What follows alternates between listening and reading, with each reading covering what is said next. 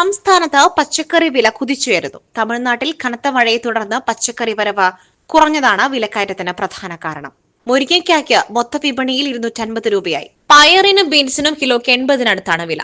സാധാരണക്കാർ കൂടുതൽ ആശ്രയിക്കുന്ന ചില്ലറ വിപണിയിൽ എത്തുമ്പോൾ വില ഇനിയും ഉയരും. തമിഴ്നാട്ടിൽ മഴ കാരണം പച്ചക്കറി വരവ് കുറവായതാണ് വില കുതിക്കുവാൻ കാരണം. അതേസമയം ന്യൂനമർദ്ദത്തെ തുടർന്ന് തമിഴ്നാട്ടിലും പുതുച്ചേരിയിലും ഡിസംബർ 9 വരെ മഴ തുടരുമെന്ന് കാലാവസ്ഥാ നിരീക്ഷണ കേന്ദ്രം അറിയിച്ചു.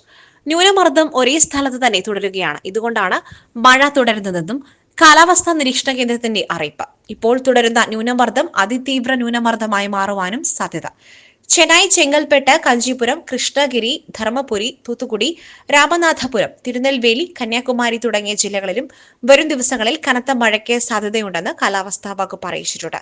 പുതുച്ചേരിയിലും മഴ മുന്നറിയിപ്പുണ്ട്. Gold, pure gold. Group Nilambur.